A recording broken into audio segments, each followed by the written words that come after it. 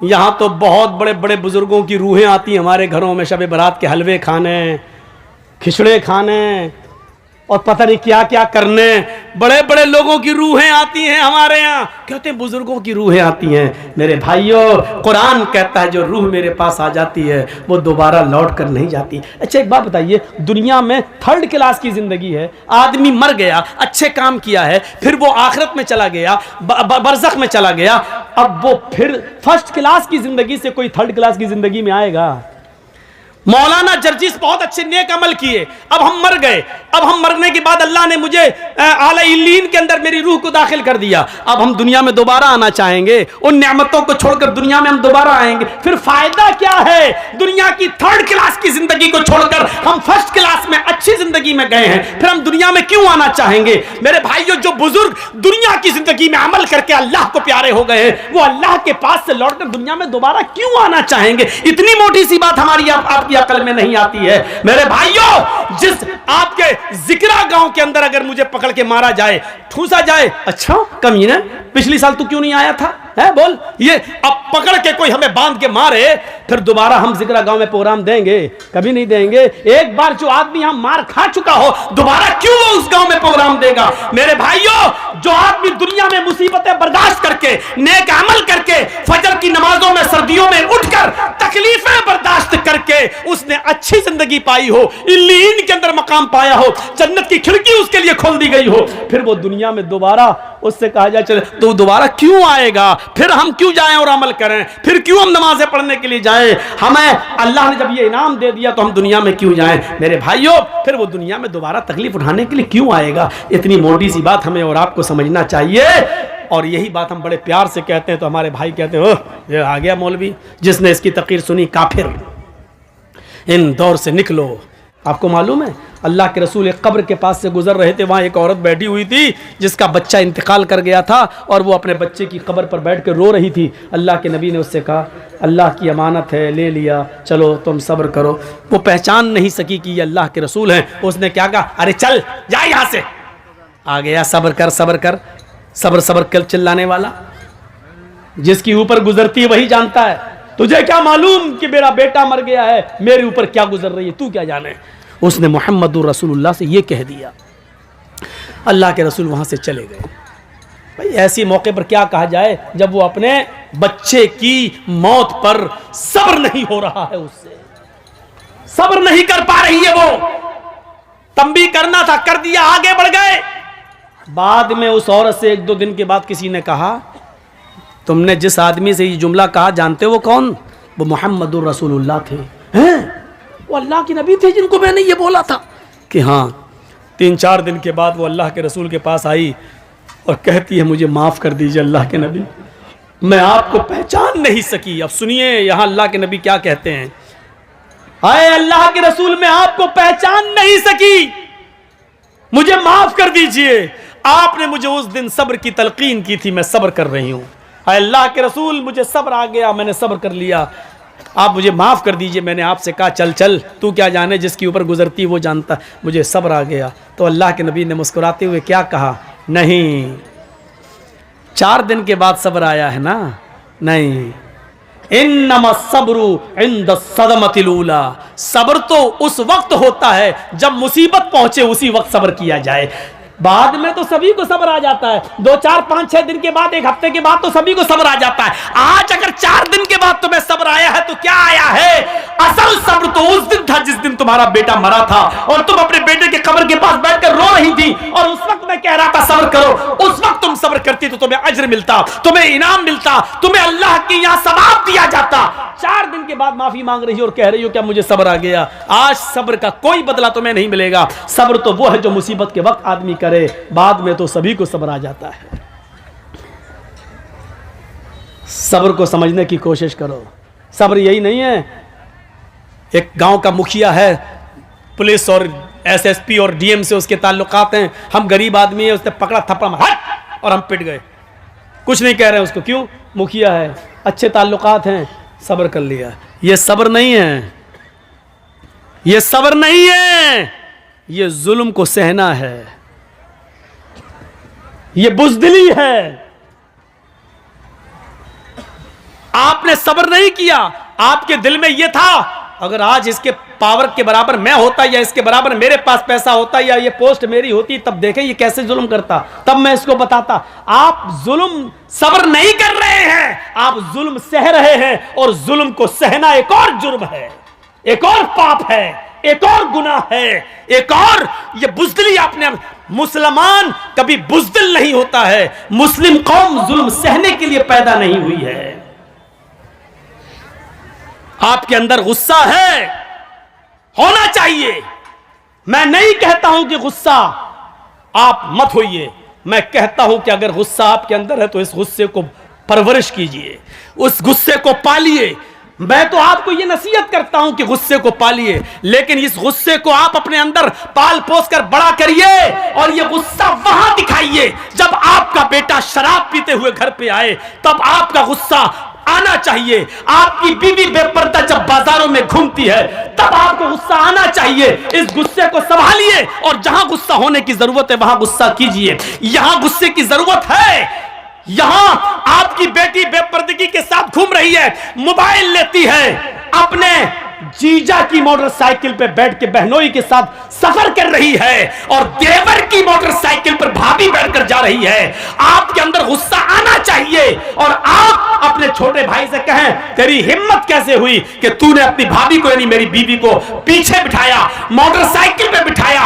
और एक ससुर को अपने दामाद पर गुस्सा आना चाहिए कि तूने अपनी बीवी को छोड़कर मेरी दूसरी बेटी जो तेरी साली है वो तेरी मोटरसाइकिल पे बैठ के बाजार या स्कूल क्यों गई है। इस गुस्से को संभालिए, और इस गुस्से की जरूरत है यहां पेश करने की। आप इस गुस्से को परवान चढ़ाइए। हराम है, हराम है, हराम है अगर कोई जीजा अपनी साली को अपनी बाइक में बिठाकर शॉपिंग कराता है।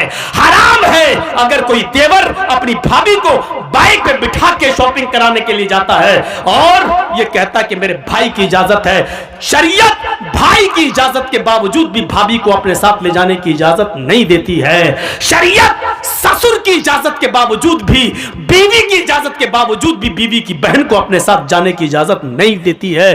शरीयत शरीयत है, न तेरी बीवी का कानून चलेगा न तेरे बाप का कानून चलेगा। यहां कानून चलेगा तो फातिमा के बाप का कानून चलेगा। अगर मुसलमान हो तो फातिमा के बाप के कानून को मानो, अपनी बीवी के बाप का और अपनी बीवी का कानून नहीं। शरीयत शरीयत है, किसी के बाप की जागीर नहीं है। मुझे जो कहना था कह दिया। जिसको बुरा लगता रहे। अगर बुरा लगता है तुम्हें तो अल्लाह की कसम में कामयाब हो गया। अगर मेरी बात तुम्हें चुभी है तो अल्लाह की कसम में अपने जलसे में कामयाब हो गया। और अगर मेरी बात का बुरा नहीं लगा तो हमें सोचना पड़ेगा कि हमारा जलसा कामयाब हुआ है या नहीं हुआ है। क्योंकि जब बुरा ही नहीं लग रहा है तो इसका मतलब यह कि आप वही करोगे जो करते आ रहे हो, और जब वही करना है जो करते आ रहे हो तो फिर जलसा बेकार है, आपका यहां बैठना बेकार है। रात के 1 बजे 1:30 बजे 2 बजे तक यहां बैठकर अपनी आंखें फोड़ना बेकार है, क्योंकि आपको कोई सवाब नहीं मिलेगा। मेरे प्यारे साथियों, दीन सुनने आए हो ना, कुरान हदीस सुनने आए हो। इस कुरान और हदीस की एक बात यह भी है, और गिरह बांधो, इन्ना अज़ाबन यौमल क़यामती, इन्ना अशद्द अज़ाबन यौमल क़यामती अल मुसव्विरून। ये याद करिए। और जितने लोगों के मोबाइल मौलाना जर्जीज की तरफ लगे हुए हैं सुने, इन्ना अशद्दन्नासी अज़ाबन यौमल क़यामती अल मुसव्विरून। क़यामत के दिन सबसे सख्त अज़ाब, सबसे खतरनाक अज़ाब उस आदमी को दिया जाएगा जो दुनिया में तस्वीरें खींचता होगा, जो दुनिया में सेल्फियां लेता होगा, जो दुनिया में एक अपने मोबाइल से, अपने मोबाइल के कैमरों से किसी मौलवी की तस्वीर लेता होगा या किसी की भी फोटो खींचता होगा। इन्ना अशद्दन नास अज़ाबन, मैं हदीस पढ़ रहा हूं, मुस्लिम शरीफ की हदीस पढ़ रहा हूं। क़यामत के दिन सबसे ज्यादा सख्त, मामूली अजाब नहीं, हल्का अजाब नहीं, इन्ना अशद्दन नासी अज़ाबन, अजाब के एतबार से सबसे ज्यादा सख्त अजाब उसको दिया जाएगा। अल मुसव्विरून, जो दुनिया में तस्वीरें खींचता होगा, तस्वीरें बनाता होगा। खींचो, आओ, मैंने किसी को इजाजत नहीं दी, और इसके बावजूद भी अगर कोई मेरी तस्वीर को खींचकर अपने साथ अगर लेता है तो वो सुन ले और समझ ले, और इस जलसे इस हदीस को सुनाने के बाद भी अगर कोई लेगा तो वो याद रखे कि उसने न कुरान को अहमियत दी है, न मोहम्मदुर रसूलुल्लाह को अहमियत दी है। उसमें और वसीम रिजवी में कोई फर्क नहीं। वो भी नबी को नहीं मानता, तुम भी नबी की हदीस को नहीं मान रहे हो, कोई फर्क नहीं है। अब लीजिए जलसा खत्म करने के बाद मेरी सेल्फी, देखें कितने लोग लेते हैं। मैंने कह दिया कि उसमें और वसीम रिजवी में कोई फर्क नहीं। अब जो मोहम्मद का शेदाई होगा वो मेरा फोटो नहीं लेगा, जो वसीम रिजवी का भाई होगा वो फिर भी खींचेगा। अब देखता हूं कि कौन मोहम्मद का शेदाई है और कौन वसीम रिजवी का भाई है। अब देखना है मुझे, खींचो फोटो। नहीं मिसाल देना चाहता था लेकिन आज दी हमने। आए हो जलसा सुनने, मजाक बना के रख दिया है दीन के जलसों को, मजाक बना के रख दिया है। परचूनी की दुकान, किराना मर्चेंट की दुकान समझ लिया। जो समझ में आया वो अमल करेंगे, जो नहीं समझ में आया छोड़ देंगे। ये तुम्हारे बाप की जागीर चल रही है। इस्लाम के जो हमें पसंद है वो अमल करेंगे, जो पसंद नहीं आया वो छोड़ देंगे। नहीं चलेगा। शरीयत तो मोहम्मदुर रसूलुल्लाह की नापसंद को भी नापसंद नहीं मान रही है। याद है अल्लाह के रसूल का मामूल था, असर की नमाज पढ़ के आप अपनी सारी बीवियों के घर जाते थे, थोड़ी थोड़ी देर के लिए। आपकी जितनी बीवियां मौजूद थी उनके घर जाते थे, और हजरत ज़ैनब के घर थोड़ा ज्यादा बैठ जाते थे। क्यों? कि किसी जगह कुछ मिलता नहीं था। और ज़ैनब क्या करती थी, जो आपकी बीवी थी ज़ैनब बिन्त जहश, वो क्या करती थी, उनके पास शहद था तो शहद का शरबत बनाकर अल्लाह के नबी को पिलाती थी। तो भूखे रहते थे, नहीं मिलता था।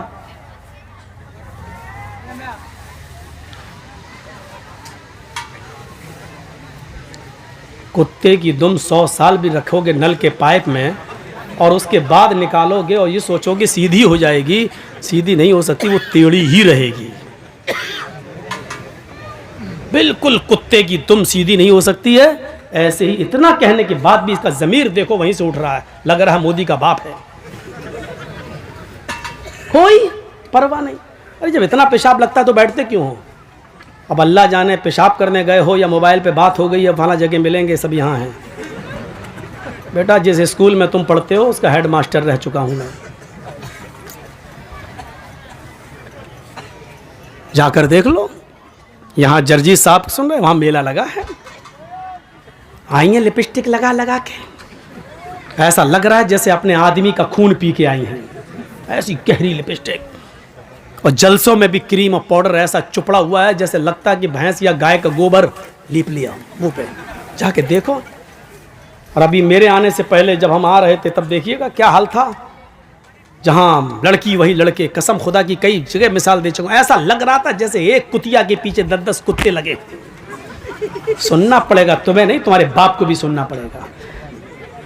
ऐसा लग रहा है जैसे एक कुतिया के पीछे 10-10 कुत्ते। मोबाइल लेके वो इधर बोला, वो उधर जा रहा है। हकीकत में लग रहा है जैसे एक कुतिया के पीछे 10-10 कुत्ते। तू अपनी वाली हमें दिखा दे, मैं अपनी वाली तुझे दिखाऊं, ये मेरी वाली हो तेरी वाली है, ऐसा लग रहा है। ये हालत बना रखा, जलसों में भी हो रहा है, जलसों में भी। क्या बोल रहा था मैं, बताइए तो, कहां था? हज़रत ज़ैनब के पास। वो कह रहा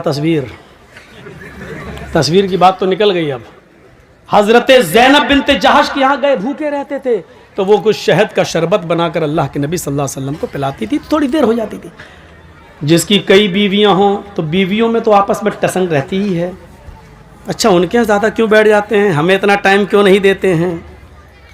तो सारी बीवियों ने सलाह कर ली। क्या सलाह की? कि अल्लाह के रसूल जिसके पास भी जाएंगे, ज़ैनब के घर से निकल के जिसके भी पास जाएंगे, सारी बीवियां नबी की ये एक ही बात बोलेंगे कि आपके मुंह से तो मगाफिर की एक पौधा होता है, मगाफिर एक जड़ी बूटी होती है, उसकी बदबू आ रही है आपके मुंह से।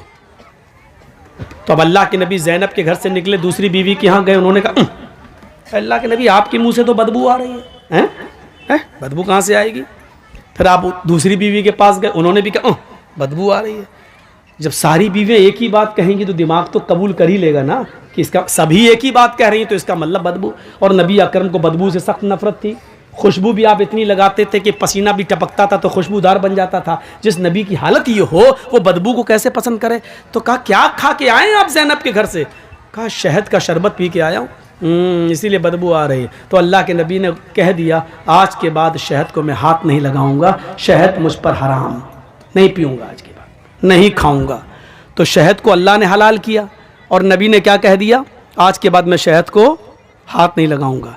गौर करो, तुम अपनी मर्जी से जो चाहो पसंद कर लो और जो चाहो छोड़ दो, वो इस्लाम नहीं है। अल्लाह के नबी ने शहद को नापसंद कर दिया और क्या कहा? आज के बाद मैं शहद को नहीं पीऊंगा, जाओ शहद मुझ पे हराम। फौरन आसमान से जिब्राइल वही लेकर आ गए और क्या कहा? या अय्युहन नबी लिमा तुहर्रिमु मा अहल्लल्लाहु लक। आए मोहम्मद सल्लल्लाहु अलैहि वसल्लम, अल्लाह ने जिस चीज को आपके लिए हलाल किया है, आप कौन होते हैं उसको हराम करने वाले?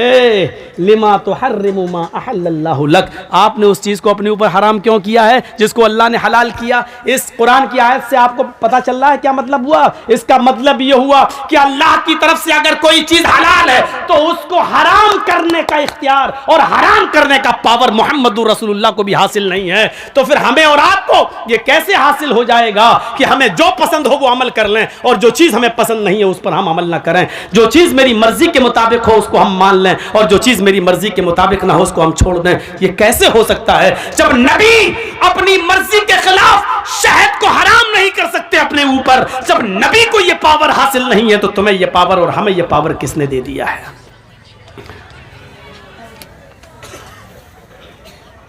अगर इन तस्वीरों की कोई हैसियत होती तो अल्लाह की कसम अल्लाह ताला अपने नबी जनाब मोहम्मद रसूलुल्लाह की तस्वीर की हिफाजत जरूर करता। लेकिन देख लो दुनिया में ईसाई भी मौजूद हैं, ईसाइयों के पास ईसा की तस्वीर मौजूद है, यहूदियों के पास मूसा की तस्वीर मौजूद है, दाऊदियों के पास दाऊद अलैहिस्सलाम की तस्वीर मौजूद है, इब्राहिम को मानने वालों के पास इब्राहिम की तस्वीर मौजूद है। सबने हिंदू भाइयों के पास कृष्ण जी की, रामचंद्र जी की, शंकर जी की, गणेश जी की, इनकी तस्वीरें मौजूद हैं। अगर दुनिया में किसी नबी की तस्वीर मौजूद नहीं है तो वो हस्ती है जनाब मोहम्मद रसूलुल्लाह सल्लल्लाहु अलैहि वसल्लम की। क्योंकि अगर आज नबी की तस्वीर होती तो कोई आदमी नमाज पढ़ने मस्जिद में जाता ही नहीं, कोई आदमी अल्लाह के नबी के रोज़े अक़दस पे जाता ही नहीं, वहां दरूद पढ़ता ही नहीं। वो अल्लाह के नबी की तस्वीर को अपने घर लगा लेता, वो नबी की तस्वीर पे हार या माला डाल देता, या तस्वीर को अपने घर में लगाकर 7 चक्कर उसी के लगा के कह देता कि हज हो गया। मेरे प्यारे साथियों, वो नबी अकरम की तस्वीर को छोटे छोटे टुकड़ों में लेकर उसका तावीज बनाता, उसको पहनता और फिर नबी का फोटो अखबारों में छपता, नबी का फोटो पेपरों में आता और कभी उसकी कटिंग होती और वो पैरों के नीचे रौंदा जाता। अल्लाह ताला को अपने नबी की ये रुसवाई और बेइज्जती गवारा न थी मेरे भाइयों, इसलिए अल्लाह ने जनाब मोहम्मद रसूलुल्लाह की कोई तस्वीर दुनिया में बाकी नहीं छोड़ी है, नबी का कोई फोटो बाकी नहीं छोड़ा, बल्कि नबी की जबान से ये कहलवा दिया, इन्ना अशद्दन्नासी अज़ाबन यौमल क़ियामा अल मुसव्विरून। दुनिया में क़यामत के दिन जहन्नम के अंदर सबसे सख्त अजाब उसको दिया जाएगा जिसने दुनिया में तस्वीरें बनाई होंगी, तस्वीरें खींची होंगी। उससे कहा जाएगा इन तस्वीरों में तू जान डाल, इन तस्वीरों में तू रूह डाल, और जाहिर है कि उन तस्वीरों में वो रूह डाल नहीं सकता। फिर अल्लाह की एक पैदा करदा मखलूक की तूने तस्वीर क्यों बनाई? जब उसमें जान डालने की ताकत नहीं थी तो तूने क्यों? आए शादियों में दूल्हा और दुल्हन के फोटो खींचने वालों, आए अपने बिस्तरों पर, अपने बेड पर शादी का मियां और बीवी का फोटो लगाकर बेड पर चिपकाने वालों, मियां और बीवी की तस्वीर अपने कमरे में लटकाने वालों, तैयार हो जाओ। इन्ना अशद्दन्नासी अज़ाबन यौमल क़ियामा, क़यामत के दिन सबसे ज्यादा सख्त अज़ाब इन्हीं को होगा जो दुनिया में तस्वीरें खींचते हैं, दुनिया में तस्वीरें बनाते हैं।